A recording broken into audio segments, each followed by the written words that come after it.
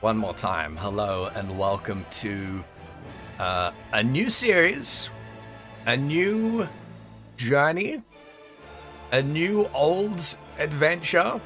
I am, of course, referring to the ARR Revamp, which was introduced with patch 5.3. And joining us quite soon is going to be my friend Rob, aka Ravio.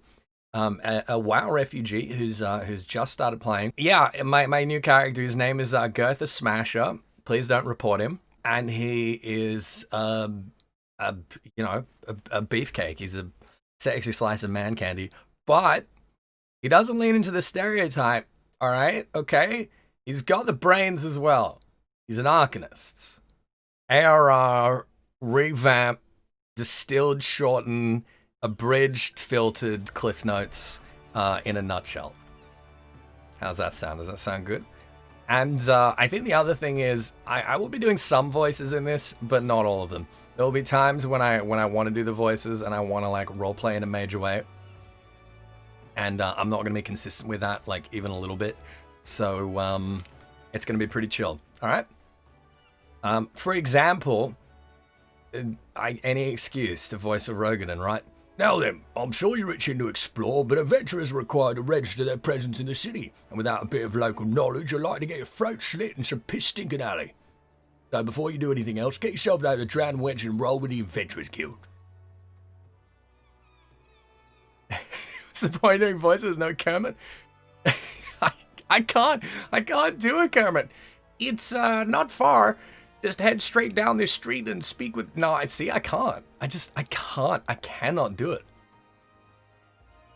Once you're there, look for a fellow by the name of Bateron. He's the proprietor of the Wench. I just can't do it. See?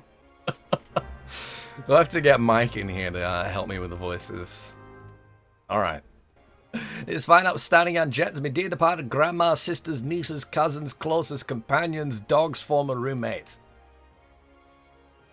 Oh, is that right? Well, here you go. Arcanum is the science of employing arcane geometries, intricate patterns to map the unlocked mysteries of existence, to draw forth and manipulate the body's etheric energies. You know, in many ways, like, Arcanima is probably the closest thing to, like, modern creation magic, to concepts, if you will. These arcane geometries are kind of like ink concepts, like very simple, straightforward concepts. You know, which makes sense, you know, tying into summoners, right? Like summoner is sort of the inheritor of creation magic. Like summoning primals and stuff like that is like shitty, incomplete, and deliberately so creation magic. Oh man, I feel like it's 2013 again. That I'm blowing off writing my thesis. Check out this new game that my friends are nagging me to play. But I'm so excited for Elder Scrolls Online. And he's like, hey, check this out in the meantime. And I'm like, oh, Final Fantasy. Yeah, all right. Okay. Yeah. I thought this game was a disaster. Oh, no, dude. Like, they remade it. And it's like this whole thing. And I was like, if you say so. And here we are. June, I think? June 2013. How'd that thesis go? Well, you know, like, doesn't really matter, does it? I was okay with giving it a second chance, but I certainly didn't have any expectations. I was like, all right, I'll probably play this for like 6 months, and then Elder Scrolls Online will come out, and I'll you know, go and play that, because, like, you know, that was my jam, basically. And then Elder Scrolls Online did come out, at which point, you know, I was like raiding in Coil, and I just wasn't really that impressed with the end game of Elder Scrolls Online, and I was having way more fun here. So yeah, I mean, I have been playing more Elder Scrolls Online recently. I've been playing a bit with Aqua actually before 5.3, and it's a great game. It's a fun game, but I don't know, like particularly for end game stuff, it just doesn't really hold a candle up to 14. It's good for like open world stuff, and the PvP in it's pretty fun. But I don't know, it's well, it's interesting. Like both of these games, like Final Fantasy 14 does this balance between being a Final Fantasy game and being an MMO, and manages to nail both of them, like absolutely nail both of them. Whereas Elder Scrolls Online tries to do a similar thing where it tries to be an Elder Scrolls game and an MMO, and it's like it does the former pretty well, but the latter, at least in my opinion, not so much. Yeah, new player, who is the best waifu and why is it Y'shtola? Listen, I'm not convinced it is Y'shtola, alright? I'm not convinced. Okay, so I want to be careful here. Eorzea is not a waifu, alright? Okay, I will not accept that. Eorzea is definitely my favorite female character in the game. I fucking love Eorzea so much. But and if no one's making Eorzea their waifu on my watch, alright? I'm not gonna stand for that. Alright?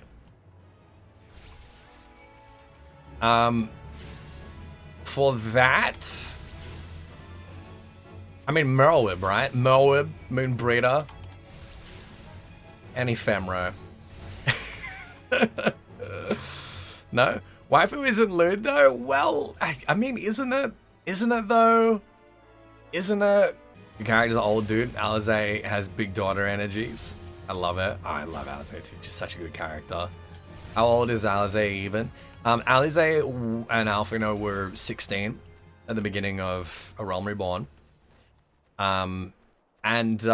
Basically the time bubble works in such a way that it's like the player's prerogative to decide how much time has passed. But there are a couple of indicators like here and there. For example, in 3.3, there's a time skip of 6 weeks where the Ishgardian Parliament is being set up, and Edmont is kind of, you know, like summing everything up there at the end of 3.3. There's also a comment in Stormblood after we're done liberating Doma and we come back to Girabanya. There's an NPC, I can't remember exactly who it is, it might be Monago, that says it's been several moons. 4.0's boat ride was like two weeks, thereabouts. So, yeah, as far as I'm concerned, like it's been at least a year. It has been most likely 2 or 3 years. Yeah, moons equals months. Yeah, that's right. And yeah, hi Luna, how you doing? Yeah, it's been, in my opinion, it's been between 2 and 3 years, up to where we are now from the beginning of ARR. But again, it depends on your character, and it depends on your headcanon. It's left like deliberately open to interpretation within the time bubble. So, and then of course, Eorzea has also been, you know, her soul, her mind has been in Novrant for a year. So basically, depending on who you ask, she could be currently anywhere between 17 and 20. She's a kid still, all right? Not a waifu. She's precious child. All right? Okay. There are certain patches that do like canonically happen like a day after or a couple of hours after the last one. Like 5.3, for example. It starts with Morin chasing us down and being like, "Oh, there you are. I didn't see. I couldn't find you like after the thing with Ardbert, but there you are." So it happens like very soon after, very, very, very, very, very soon after. That did not get delayed in Novrant for, you know, several extra months like it did in the real world. So you can, like, I guess maintain the headcanon that it, like, equalizes at some point. That where there are sort of clear, like, long gaps between patches, between chapters, then you're, like, extending those further. But it's definitely not a one-for-one. I am the waves that bear. I am the winds that guide. I am the evening stars. I am the morning sky. I am born of the sea, and there shall I die. Whenever you start talking about evening stars, I'm immediately going to be thinking about 5.3 now. Hey Milo, what's up, mate? G'day, how you doing? Thus reads the sailor's requiem, carved into yonder stone. The voice actors for ARR, I think they were good. But I think the voice acting direction has gotten better and better. It's a huge part of it. Yeah, the English voice actors changed after ARR. Yes, all of them changed. I am Hydaelyn, all made one. Knowing now that this is basically like her answering machine message, this realm, yet it hath since grown dim. and that And as it's not faltered, her so hath darkness that has awakened us, in its stead. makes this feel really nefarious, doesn't it? For the sake of all, I beseech thee, deliver us from this fate. I'm doing well, Pingu. How are you? Because that's a prevailing theory at the moment, right? Dwelleth in the crystals of light. Journey forth and lay claim to them. Is that the voice of Hydaelyn really is just like a repeating signal that just latches onto anyone who's awakened with the echo as they're awakened.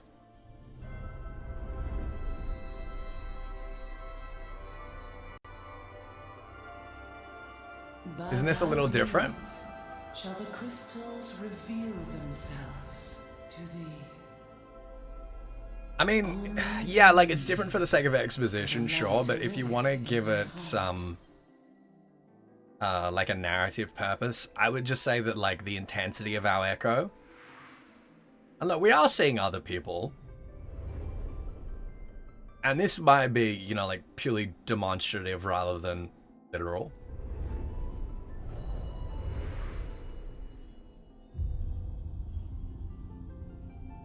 That was the thought that I had, particularly after 5.3. It seems like an echo can have a degree of intensity, and like Go now, there child, and shine thy light. There are certain like things that will and won't be sufficient to trigger it for different people.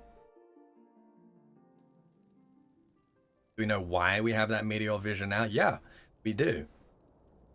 We know that, well, we don't know, but we're pretty confident that the Asians are doing that to give us the echo, to bait us into this position where they can groom us as a hero, as a warrior of light, pitch light against darkness in a, you know, increasing confluence of chaos to facilitate the rejoinings.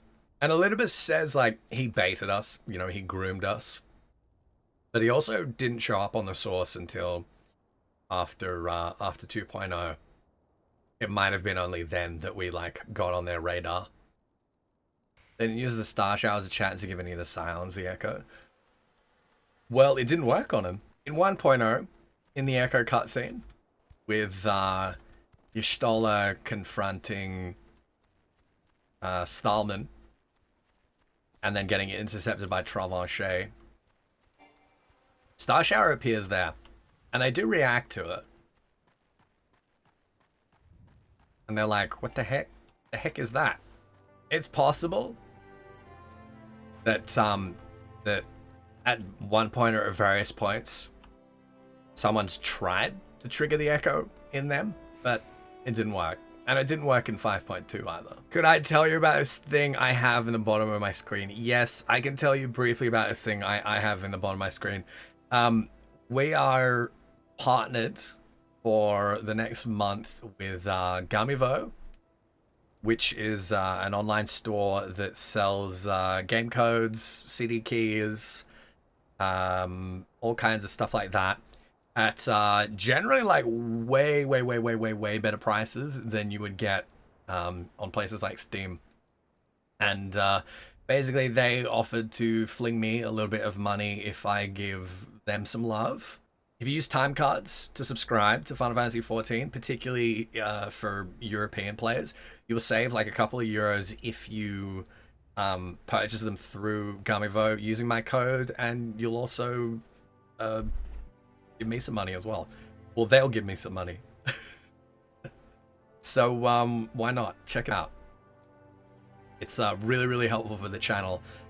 If it's something that you guys do already. And of course, like, they've got plenty of other games there. Like I say, it's usually cheaper than what you find on Steam. So if there's any games that you guys want to buy at the moment, I would definitely recommend like having a look there before you you commit to purchasing it elsewhere. And same thing, like, I get a kickback from it, and that'll be really helpful for me. Was the Company Heroes a thing in 1.0? No, the Company Heroes was formed after the Calamity, basically. In the absence of the Warrior of Light, there was no one that could deal with the primals. So Merlwyb basically hired like a mercenary army to do so. And a lot of them died, and a lot of them were tempered. But they succeeded in defeating both Titan and Leviathan. Eventually, and we meet several of them. Of course, in the lead up to Titan, the feast that you prepare for, all the ingredients that you go around collecting, is actually the pretense of members of the Company of Heroes trying to test you to see if you're prepared to fight Titan. Brayflox was their quartermaster, and Riol, aka Budget Thancred, who joins the Crystal Braves and subsequently joins the Scions, was one of their rank as well. Yeah, they basically Zerg rush the primals until they were defeated. Yeah, they were basically just like 100 v1. You know, they treated it like it was the Baldessian Arsenal, effectively. I know I've talked about this on stream a couple of times, but I don't know if I've gone into the specifics of it. There's a Dungeons & Dragons 5th edition rule set for Final Fantasy XIV. There's some bloke, I can't remember his name off the top of my head, which I feel bad about, but he's done great work, that's converted the classes and races into Dungeons & Dragons 5th edition. And I want to use that as a base to design a couple of one-shots that we can run as like a new series. It'll be my first time DMing, which I'm a little bit nervous about. But basically, one of the first ones I wanted to do was going to be based around the Company of Heroes. And the idea of doing one-shots means that like I don't have to have a huge amount of commitment from the players, like committing to a whole campaign. So we'd get people like Sly and Mr. Happy, and also do some as like community nights. I think it'd be really fun, where I can get like some of you guys playing in these one-shots. I think it'd be really cool. I was talking about in State of the Realm last night how Ishikawa, in a fairly recent interview, said that she doesn't just like arbitrarily decide to sort of bring characters back from you know, these death flags or these near-death experiences or whatever. Like, you know, your Stoller in 5.0 and Grahati, obviously, most recently. There's always a price to pay. There's always a trade-off. There's always some kind of equivalent exchange. And the fact that Graha got away with it in 5.3 means that either he or someone else is not going to get away from it. Get away with it, I should say, at some point in the near future. Is this an extended lore to it? Void Hunter, you should know by now that every single one of my streams is only like 2 degrees away from becoming an extended lore tour at any given time. The only thing you have to do to turn every single Ethys stream into an extended lore tour is to just keep asking me lore questions. That's all. That's the secret. If you haven't figured that out by now, then I don't know what to tell you. Hello? Hello? Hello? Say something again, because I'm going to have to adjust. Yeah, I was just gonna say the same. Yeah, I'll bump you down to 150. Now, I was mentioning earlier, everyone, Rob is a mate of mine here in Norge. Am I saying that right? Am I getting the accent right? Is that good? You proud of me? All right. Yeah, I'm proud. I'm really proud. Rob's a WoW refugee. And I think like several months ago, we took a bit of a crack at 14 and got you up to like... Actually, we got you up to level 14, didn't we? Somewhere around that area. Yeah, I think it was Copperbell Mines, so like the first couple of dungeons. But with the revamp, I thought it was a good opportunity to play this again. I was playing a little bit of WoW with Rob before 5.3, and we'll be doing a little bit more of that in future. But I thought that like a really fun thing to do when we're playing through the revamp is like coming at it with a fresh pair of eyes. So I was just saying to everyone earlier, like you're gonna be like the new transfer student. Yeah. You're gonna be, you know that TV trope, right? Where like you start the pilot with a character who has like no idea what this world is and what's happening. Exactly. We have discussed Final Fantasy 14 a couple times when I've been at your place. Yeah. And to be fair, I know little to nothing about this universe, at least the MMO. Yeah. Well, like my previous experience with Final Fantasy is like 7. Oh, okay, all right. So Rob, my expectation for you is that like, God damn it, Siva, is that you're gonna like set me up for lots of rambles about the story and lore and what's going on by asking. Oh yeah, we're making questions. a new audiobook, by the way. What? Yeah. We're making an audiobook? Yeah. How do you mean? Because you need to explain the whole game for me and all the story and all the lore. Oh, I see. All right, we'll bits and monetize pieces. it. Yeah, we'll publish it into an audiobook.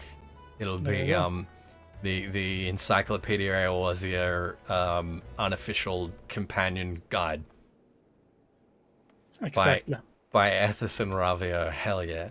All you need to know about 1.0 is that we were at war with the Empire, and some crazy dude decided that he was going to pull one of the moons out of orbit and crash it into Eorzea to kill everyone.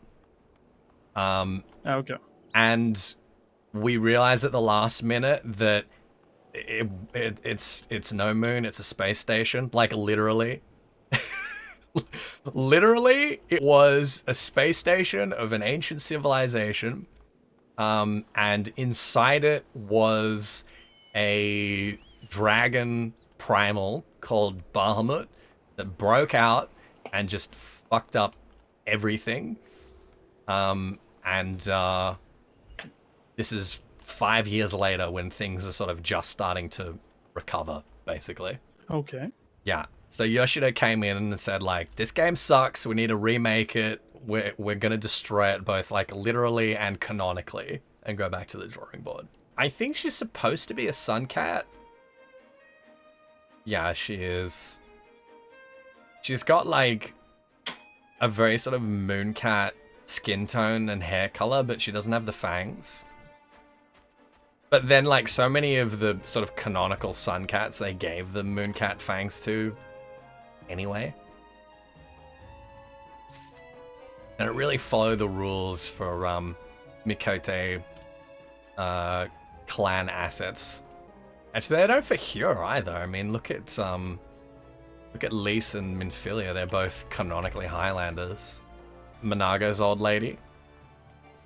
She uses a mooncat model.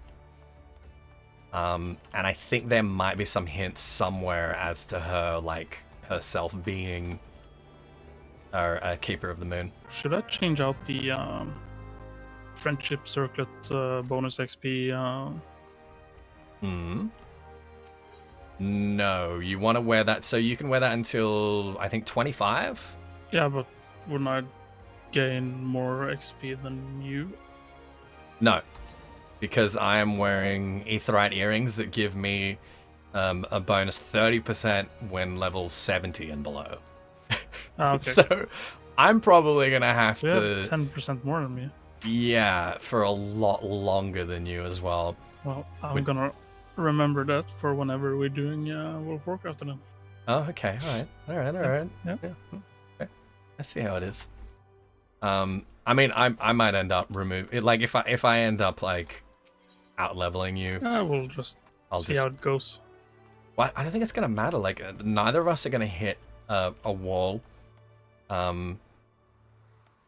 The revamp, like it throws so much experience at you that we're not really gonna have to do any side quests or any like dungeons. I mean, we probably will anyway, just because like it's fun. Like it's a fun sort of break of pace, but we will get all the experience we need just following the main scenario quests. Oh hey! Oh man, you did go with a Dothal looking Zayla. Hell yeah. Hell yeah. Love it. Just don't say anything about my mittens, okay? Your mittens are beautiful, alright? I love your mittens. Just wait until you start getting sublagars, alright? Just wait. Yeah, what? Oh, you'll see.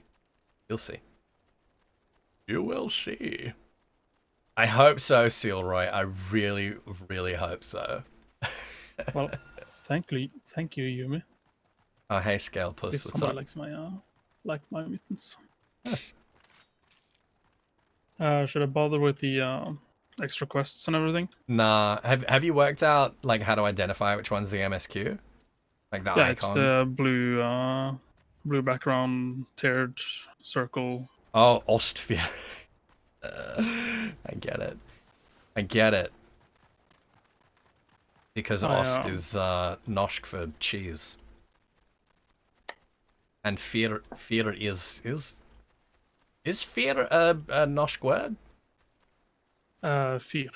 Fear, yeah, for lighthouse. Yeah, it's both a lighthouse. And also, for example, if you ask anybody how do you fear, you're asking for a light to light up a cigarette, for example.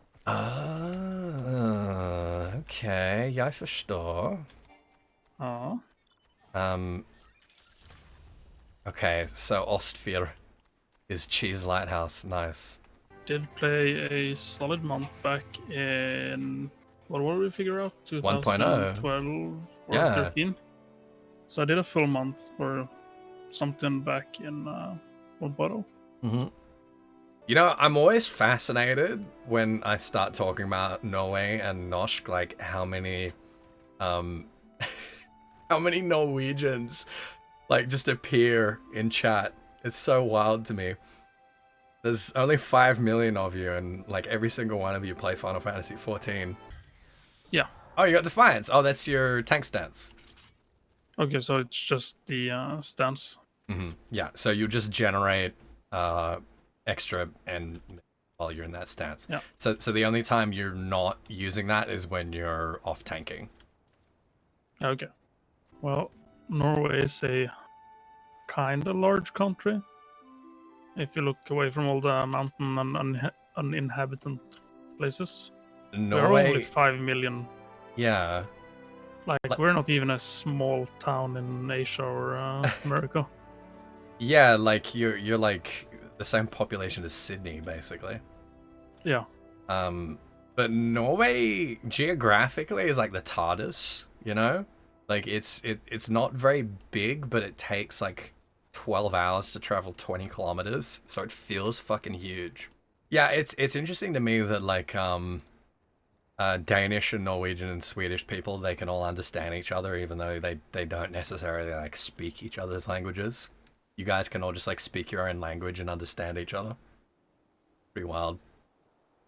I can actually add to that because in Norway you have the dialect or the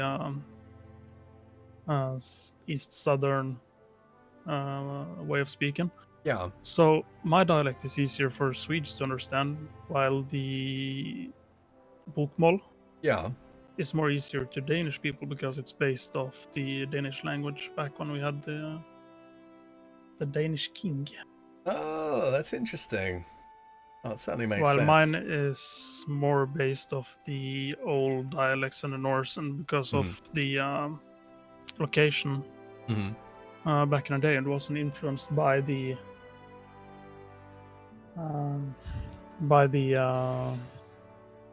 Danish reign and. So it's like a little bit closer to Old Norse and probably a little bit closer to Icelandic. Yeah, kind of. So a Swede would understand, especially Aurora's dialect, much better than most dialects in Norway. But then again, my dialect is somewhat gives me good air for the Icelandic language. Yeah.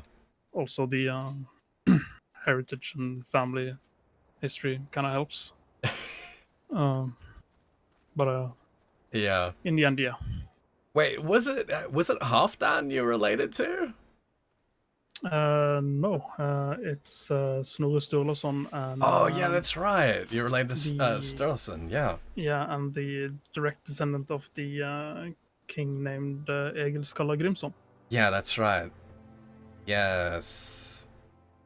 Man, that's so wild. That's so cool. Also, fun thing about these names like Rothweiler, the Rogaden, their culture is basically like based on Viking culture. This city that we started at was founded by basically a fleet of, I mean, effectively like Vikings that came from the far north after, you know, a crippling defeat in a huge naval battle, and got shipwrecked here and just like settled and built a city. So their culture is like very, very derivative of like, I guess, like Viking Scandinavian stereotypes. Yeah. So you see a lot of allusions to like old Norse names and iconography and stuff, which is pretty cool. Yeah, you can just look at the Cloud's bike or the mount that's resembling his bike, Fenrir.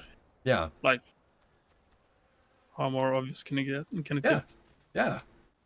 Oh yeah, there's like so much Nordic influence in all the Final Fantasy games, honestly, which is really interesting. Nidhogg is like, I mean, a bit of a spoiler, but Nidhogg's like one of the major antagonists of Heavensward. Oh, okay. Yeah, which is pretty interesting. Heavensward is the... It's the next expansion. Yeah, the second one. After this. Yeah. We'll be getting to that pretty and soon. Then you had something. Stormblood, and then Shadowbringers is the most recent one. Right. Yeah, Okay. and Hreisvelger is the name of a Jotun that takes the form of an eagle in I'm pretty sure it's in the Volsung saga, and Ratatoska as well. It's one of like the great dragons in 14. But we'll get to that. We'll get to that. I think you really, really enjoy Headlands Ward and like all the nods to like Nordic stuff there. And by the way, guys, if it wasn't obvious, you really should go and give Rob a follow. Following his adventures here and in the world of WoWcraft and whatever the hell else he's going to be playing. Maybe more Sea of Thieves one day. We're bringing you out on a ship someday. Yeah. Hell yeah. Are you reading these cutscenes? I'm gonna read them for myself, yeah. Alright, good. Yeah, I was just telling chat earlier that like there will be times in this playthrough that I want to do voices, and there will be times when I can't be asked. And after all of the like lore story intensity of 5.3 over this last week, I can't be asked today. Yeah, that was the playthrough. Who's Scale, by the way? Scalepuss is Siva, one of my mods. Stalking us around.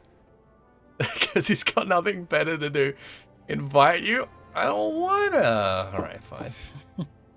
Fine. Invite you. Oh man, so they only introduced flying in these ARR zones last week. So it's still so weird seeing them from above. Yeah, down the bottom. Yeah, we're talking to Aylmer here. Thank you, driver. Hey, no, I can't dismount while you're. Okay, thank you. Being held captive there. Okay, I'm not gonna ask who the masked dude is because I feel that's breaking. I some mean, story? Yeah, like you're gonna find out pretty soon. Yeah.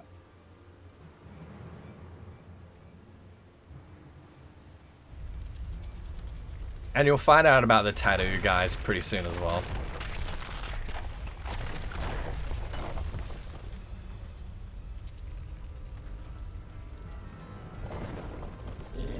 But you've probably seen dudes that look like the mask guy before. Yeah, just at a. Just from lurking. No, it was like his part on the intro with the sharks or storms. Or... Yeah, that's right, yeah. And I've seen him like when you're streaming or your Yes. vids. So I haven't really caught up what or who he is. Okay, good. So good. That's good. You'll okay. find out. Question about the when the enemy gets the glow thing on the ground. That's just AoE. Yeah. Yeah. I've seen you do the hard mode over a couple days, and I've seen you like start to move into the area before it's like gone off. Yeah. So it's not like a persistent effect. It's like it'll indicate for a couple of seconds or several seconds, depending on like the cast bar. You'll see like their cast bar at the same time. And when the cast bar completes, whatever the attack is will go off in that AoE, basically. So you see this guy is using Planecracker, is using True Grit, and when that cast is completed, if you're standing in that area, you will take the damage from the attack. So the animation actually comes after? Yeah. So as long as you're not in it while the cast bar is up, you're good? Yeah, you can be in it like while he's casting, but so long as you're in it like... As long as you get out of it before the end of the cast. Yeah. And then once the cast is over, you can usually move right back into it, like as the animation is going off and still not get hit. Yeah, unless it's like a persistent effect. You were like running in, charging in as soon as... Yeah, as soon as it's disappeared. But yeah. Then the animation came and I was like... Yeah. Well, kind of... That's just uptime strats. Okay, so... Lesser Moon, the red one. Yeah. Is that the one you're talking about? Yeah, that's the one that fell. So you're seeing a flashback at the moment. Yeah, okay.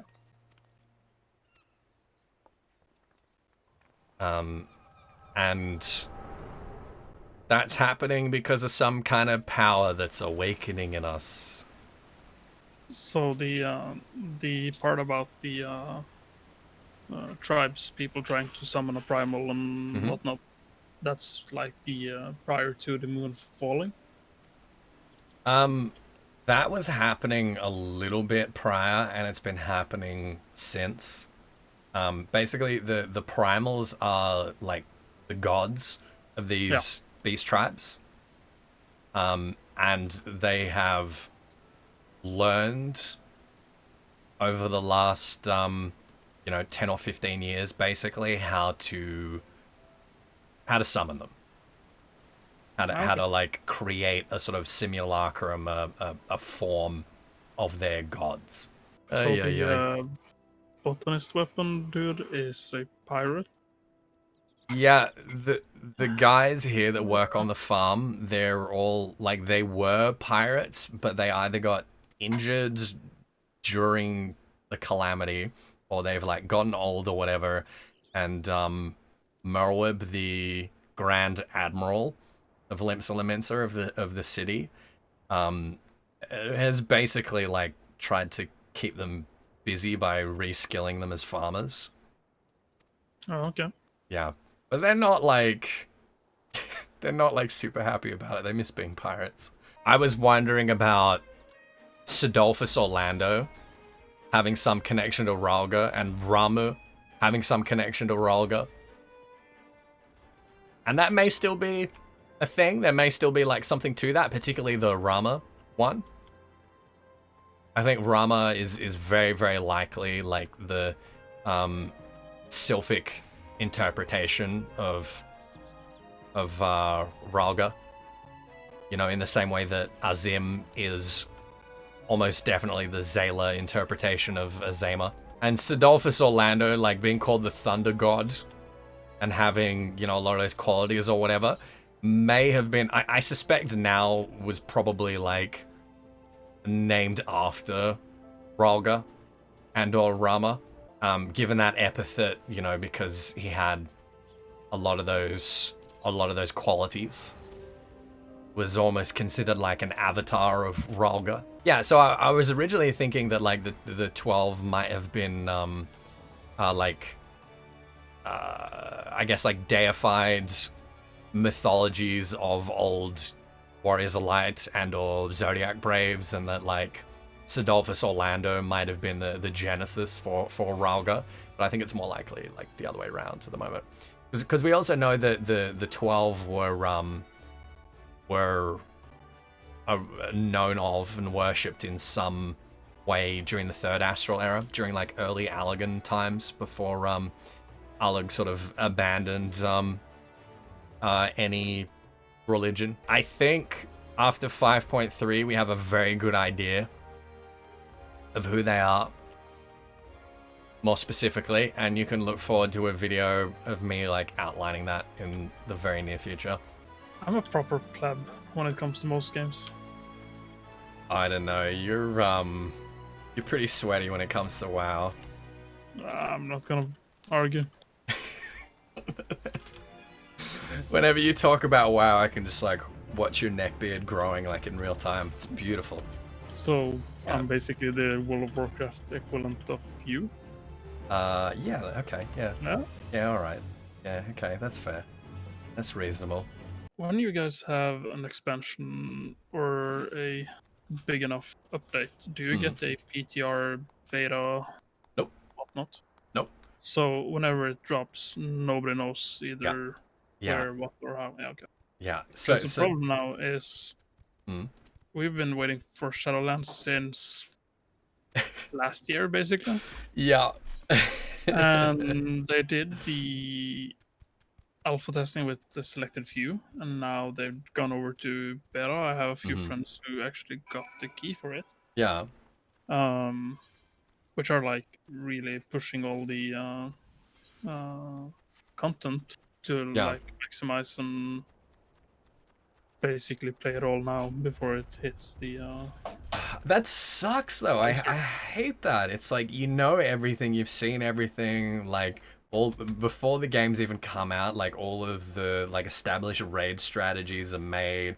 Like one of the really cool things about major patches in 14, like major like raid patches, like raid tiers, is that everyone's going in blind. So world first race is completely blind. And you know, they just have to make up strategies like on the fly, and like we don't know what like the new raid fights, the new trials are until we actually get to them, and it's trial and error all the way. Yeah, and it makes it so much more interesting, I think. Most people already know, or you know the tactics, you know where's the best zones, you know. Yeah, that's what to do, where to go. It takes so much of the fun out of it, I think. Alright, I just need to hand in my Arcanist quest, but I picked that up, so I'll meet you at Swift Patch. We do not get all the cutscenes and like the story itself. Right. They kind of keep that locked away for whenever you finish the said event. Right. But I imagine if like you know the fights and everything, you can kind of piece it together. Kinda. Of course, they do not release the actual raids and stuff on the beta, because it's not even on the live server whenever the expansion drops. Yeah, but they do like have PTR for raids before they do like release them publicly. Right now, I think the pre-patch event is on the PTR. Oh, really? So they do every expansion. They have a month or so with the pre-patch event before a expansion drops, which are either implementing some of the changes coming. Like now, I think we'll get the level squish already on the pre-patch, if I'm not mistaken. Okay. Correct me if I'm wrong, for anyone who actually know. I think so. So we'll get that's why I said after we do this for a while, the pre-patch event would be a really good time to actually try out, because you have the new leveling zone, the level squish, and like some events like they did the in 05 when you got the blood plague. That wiped all the servers and stuff. Basically, on the PTR right now, they did a event that wasn't optimized as it should be. Yeah. Yeah. So. Yeah, I love that. It's so good. I'm quite excited after been playing Classic the past week or so. Actually, to have to work for your levels. Yeah. Oh yeah, for sure. I just started. Wait, is it Wednesday? So Monday, I logged into a alt character I had on Horde side, because I've been playing Alliance most of this expansion. Yeah. I figured, okay, I'll just use my time, get the Horde side story done, and so I have like a both side aspect. Yeah. The story, and also get knocked out some few achievements to actually have finished both of them. And I was 117 when I logged on, and I played a couple hours, and when I logged on the next day, I was already 120. That's ridiculous. Oh, that is ridiculous. So I'm quite excited for the level squish one, because the numbers are ridiculous at this point. Yeah. And I'm kind of hoping they gonna not just squish them just to change the numbers, but to change the pace. Well, Crash reckons leveling up to 50 takes less than 9 hours after the squish. But like, if that's what it is in PTR, like they'd have to adjust that between now and launch, right? Because that can't be right. But and hi, Joshi, what's up, dude? Is that without looms, or? Is it without looms? I don't know. Is that like absolutely min-maxing Crash, or is that like the standard experience? You have an item called, or several items called heirlooms, which is like. Loom's EXP buff is gone, apparently. Now that's interesting. Blizzard always keeps scaling and nerfing, and like the first year of an expansion is basically going back and forth on the classes and the scaling, and nerfing the abilities. Yeah, I mean 14 does like a little bit of that every patch, like adjusting like class balance is never like a thing that you do and is done, you know. It's always something that like goes back and forth and is very much dependent on like the content, you know. Yeah. But WoW seems to have a lot more like tuning issues and balance issues at the beginning of expansions than 14 does. And that's even like after having, you know, PTRs and shit. The item systems being tuned as well. Oh yeah, that's true. That's a good point. I'm gonna kill the crab. Oh, we can kill the crab. Yeah, why not? Oh, 6 arms. Let's get him. So the one of the lore masters, the main like world building writers of 14, Michael Christopher Koji Fox, is also the head of English localization, and he loves his dad jokes and his bad memes. So you always want to look at like the names of these fates for some terrible puns. Oh, well, yeah. You read it? Yeah. Oh, fucking Koji. The memorial tribute they did for Wreckfall. Yeah, that was nice. That was interesting because didn't they ban Wreckfall? Yeah, he did. Yeah, I know. I was sure he did. Yeah. So, the chat was just asking if you saw the thing with Wreckfall. Yeah. I actually jumped straight in and went there. Yeah. Both the memorial and for Streamland, Shadowlands. I don't know if you've read it or they told you what they did. I did. Yeah, I did read about it. It was it was nice. But I know a lot of people also kind of like salty about it because Wreckfall had gotten permabanned for account sharing. Yeah. Back in the day, or a few years ago, it was. We're going. Okay, we're going. We are going back to Morrowby Dry Docks after this guy. Yeah. So Wreckfall was the first player ever to hit max PvP points, or yeah, and he was doing it on like a sub-meta build as well. And like the gesture they did now with making an NPC of his character in the cathedral as a rogue trainer, with saying, "I don't teach assassination rogues." Yeah. Because assassination rogues was the best talent spec for rogues at the time being. Yeah. So he did the worst, and and still kicked us. That's kind of the backstory for the text, and also a hidden feature. If you think it was /love or something, the NPC gets like angel wings kind of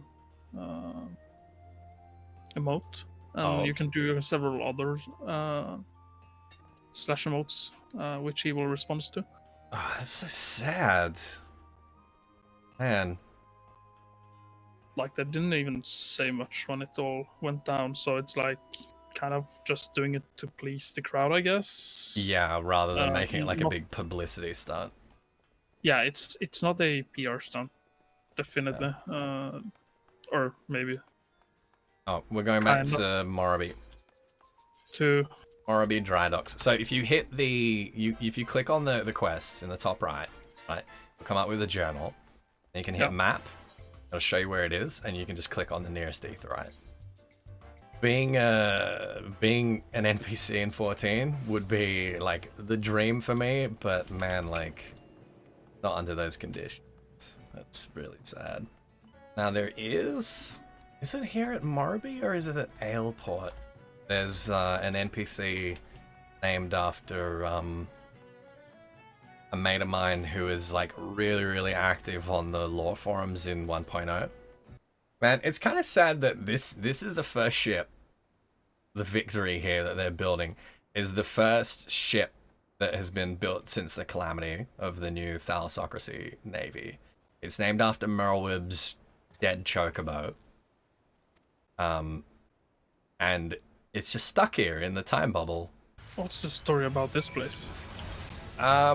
This is also just like the calamity. Shards of Dalamud, which is the moon, well, you know, quote moon, sort of like dropped all over the place, and caused, you know, huge craters and just like the attacks by Bahamut, just like launching these terror flares and shit everywhere, was the like lore vehicle for redesigning all the zones. So is like Cataclysm, right? Yeah. Because like the level design of 1.0 was not very good. And so Bahamut was like, hey, let me fix that for you.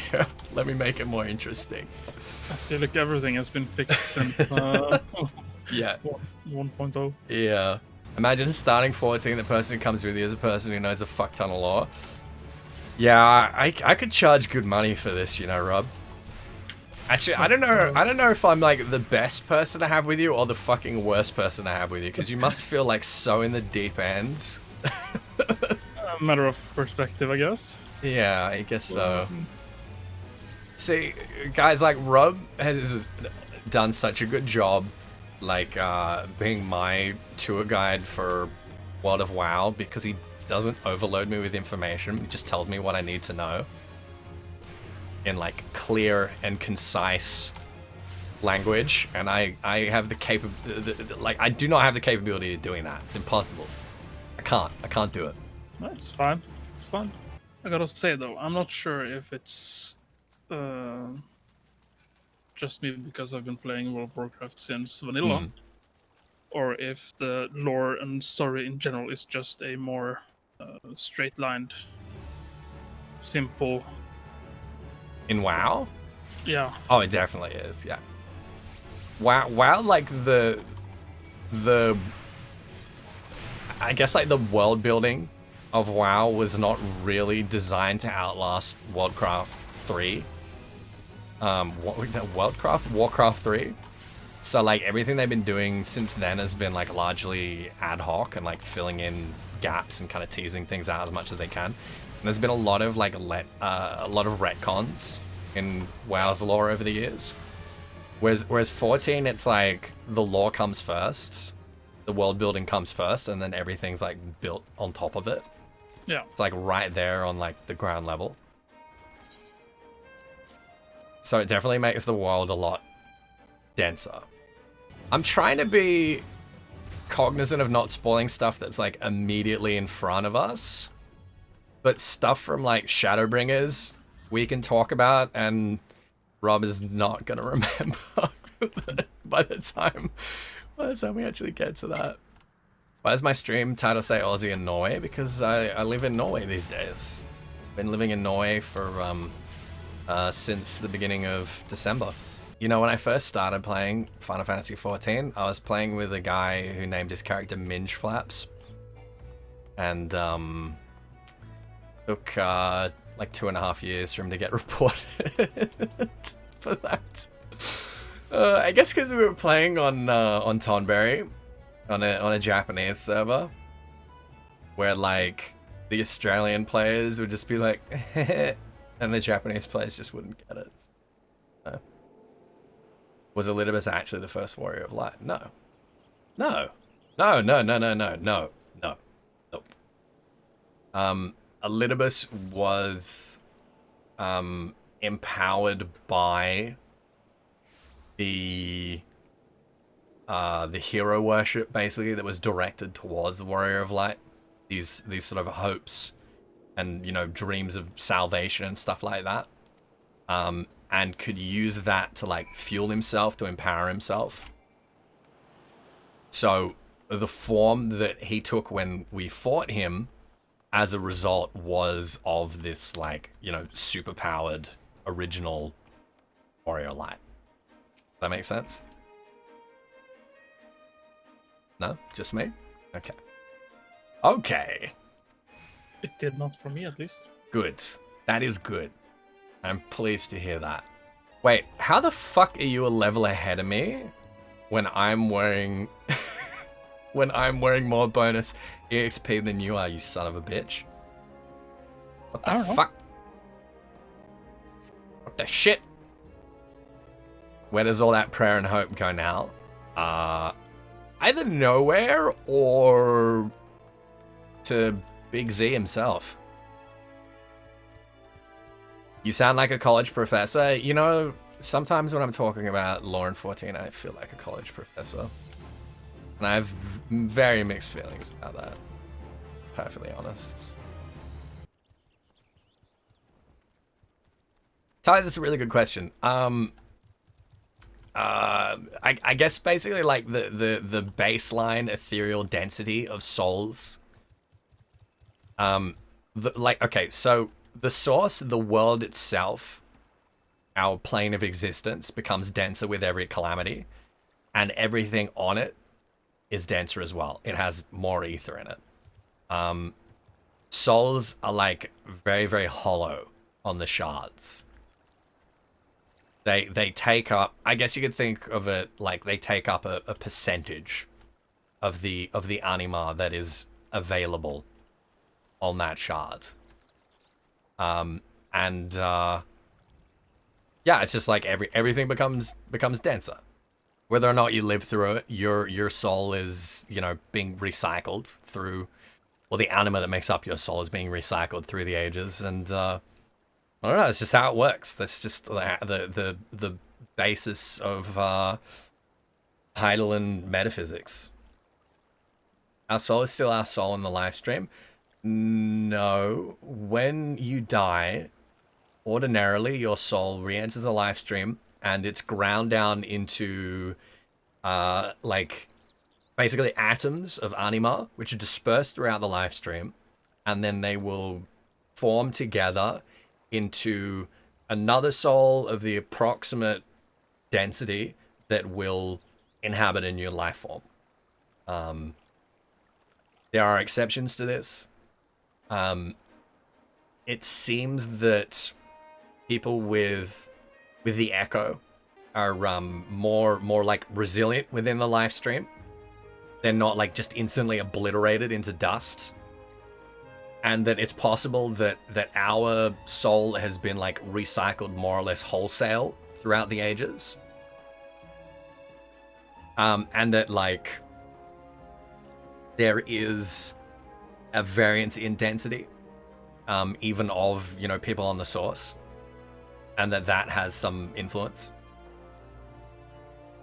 You'll be reborn denser than before because of the previous rejoinings. Yeah, exactly. Yeah. More or less, yeah. Does that make sense? I hope that makes sense. So we're actually denser than like anyone else on the source because we've got that extra rejoining, as does Graha for different reasons. Yeah. And Xenos and Fordola, they have basically been like rejoined artificially. They've had like other people's souls taken and like compressed into theirs by artificial means to you know, basically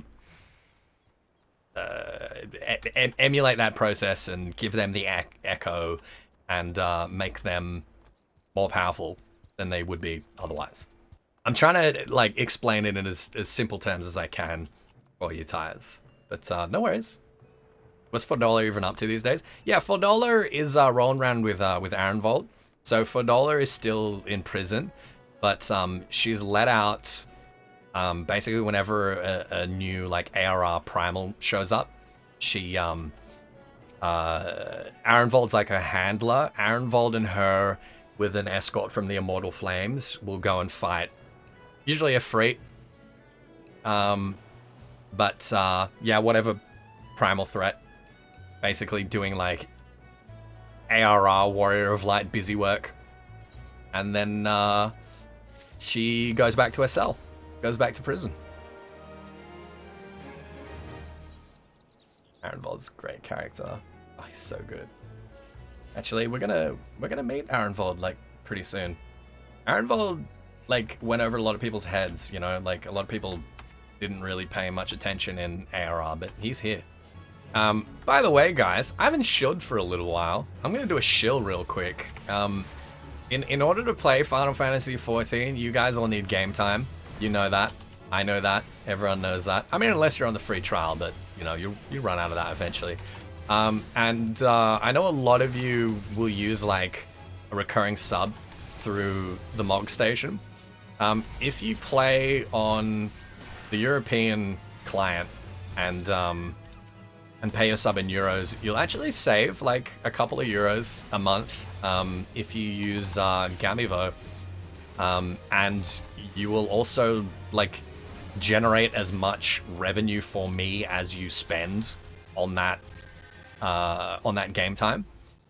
So basically, like if you buy a 60-day time card, it's like, what is it, like 20 something euros on Gamivo. Like I basically get 20 something euros from Gamivo when you buy that, because I'm just ripping them off. I'm just taking them for a ride.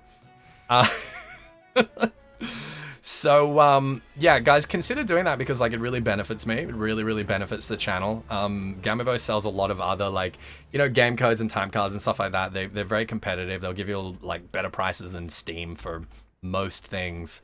So if you guys check that out, like use my link, use my card, you'll save yourselves a bit of money, and you'll like make me a good bit of money as well. Yeah, you can literally pay my sub. Yeah, it does work if you purchase the US one. I got a link for the US one as well. Full disclosure, full transparency there. I think it's because Gamivo is a European website. They're based in Malta. Their US time card is actually a couple of dollars more expensive than it is on the Square Enix store. But if you are happy to take, you know, a couple of extra dollars to see that like I get, you know, basically like $30, then I certainly won't complain. That's your prerogative. I am planning on talking, since it was brought to my attention today, I am planning on talking to my my contact at Gamivo and being like, hey, it's been pointed out to me that, like, you know, you haven't price matched on the US time card, even though like the European time card is cheaper than it is on the Square Enix store. Like, do you guys maybe want to have a look at that, or a price match on that? So like maybe leave that with me for a couple of days and let me see if I can't get you guys like an even better price on that, because obviously like I would want to do that. But like I say, either way, you know, it benefits me. So I would appreciate it. And yeah, again, like there's a bunch of other stuff they've got on the website. They got sales on all the time. They've currently got like an extra 10% off like everything store-wide for the next week. So if there's any games that you've got like on your wish lists, maybe go and have a look. Like I was looking at Horizon Zero Dawn. There's like way cheaper than it is on Steam. So yeah, like I say, if you got stuff on your wish list, like have a browse, see if you can save yourself a couple of dollars, or you know, possibly way more than that. And if you do so, then you'll also generate some revenue for yours truly. So there is the shill, there is the sellout. I need to pay my rent and feed myself, and I appreciate you guys listening to me shill for 30 seconds. Cool. All right, cool. Thanks, guys. That's the obligation fulfilled. More like 5 minutes? Shut up, Ninzard. It just felt like 5 minutes, all right? It was 30 seconds, I promise. It just felt like 5 minutes because it was so cringe and so shill. Where did Mikote come from? Oh man, so this is a really interesting one. There is in the original notes on Mikote, like the race notes from A Realm Reborn, there is a mistake. It's not a retcon, but it was like it was a mistake. Talking about how during the Age of Eternal Frost, Mikote crossed this frozen land bridge from Mericidia to Eorzea. They did not. They came from Ilzabad. Yeah, during the Age of Eternal Frost, they walked from Ilzabad because like a huge part of the strait between them froze over, so they didn't have to walk through like Gimlet and Girabanya. But the Mikote had been in Eorzea before then as well, and it was just like they were coming back. So particularly in ARR, we got like a lot of the racial lore. For example, it was like, the Elzen were the first settlers of Eorzea. And that's just like, they were the first settlers of Eorzea in the 6th Astral Era. Like, after the Great Flood that basically decimated Eorzea and killed almost everyone, and everyone else had to leave. They were the first ones to come back by several hundred years. So when everyone else showed up, they were like, oh, we're the first here. This is our ancestral home or whatever. When really it's all relative. Does that make any sense? Like racial geography is very, very complicated in 14. Does that answer the question at all? No? Just me? Okay. All right. Cool. I didn't follow that at all. It is very complicated in real life. I didn't really pay attention though. No, that's all right. You gotta like read cutscenes.